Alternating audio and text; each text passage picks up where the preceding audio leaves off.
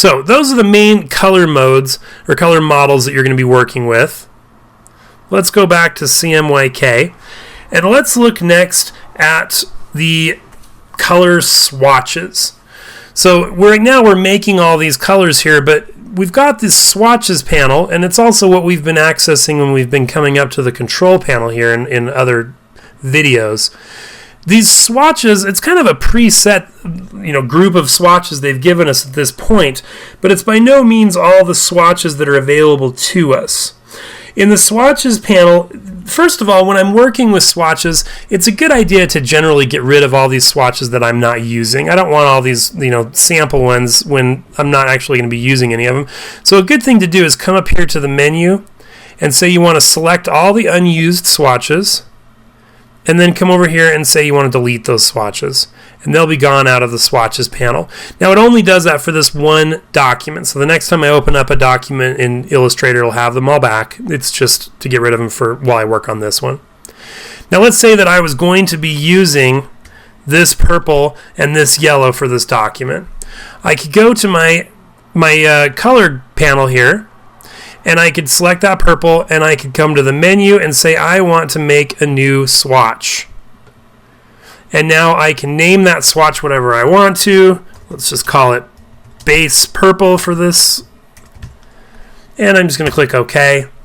And if I go to do the same thing to my stroke, create a new swatch, stroke yellow. When I go to my swatches, you'll see that I have those now saved in my swatches panel. So you can kind of get your swatches panel to just have the things that you're using most often or using for this particular assignment. And if I come up here and click on that, it's the same in the control panel. Those swatches panel and the control panel have the same exact swatches in them.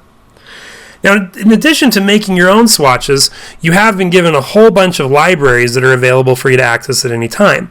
Right down here in the lower left of the Swatches Library, you can go, or sorry, of the Swatches panel, you can click the Swatches Library menu, and we've got all these different swatch books. So here we've got celebration, art history, different types of art, foods. Maybe I want colors that are similar to ice cream.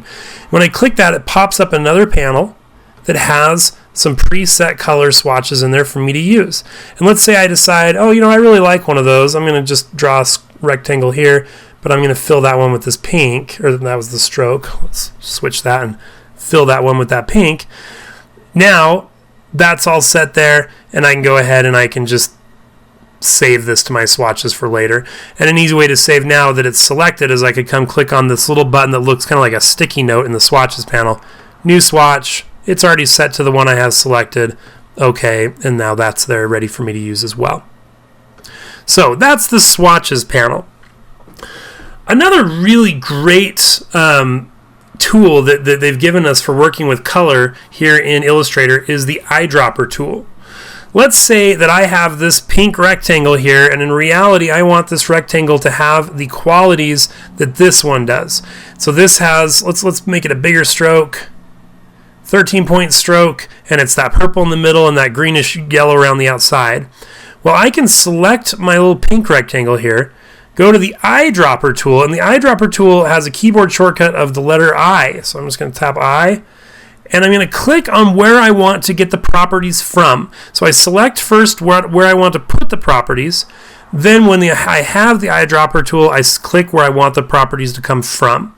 And you'll see it's now given that rectangle the exact same properties, including stroke width, that this one had. So that's the Eyedropper Tool. Another great tool that they've given us for working with color in Illustrator is the Color Guide. I'm going to go ahead and I'm just going to make a few circles here.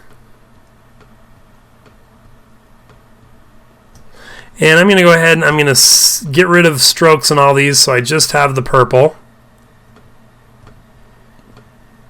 Now, if I select this circle and I go to my color guide gives me other colors that would go well with this color based upon different rules of harmony. Now, if I click on this little drop down, I've got all these different harmony rules, and I can choose which rules I would most like. So maybe I want to go with this one. It's got a little high contrast 3.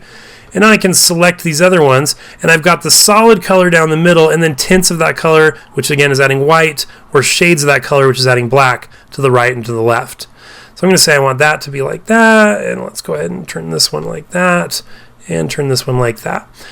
And so the color guide is a great way for coming up with color palettes that will live within the rules of harmony and and work well together. So those are the main color tools for selecting and applying color in Illustrator.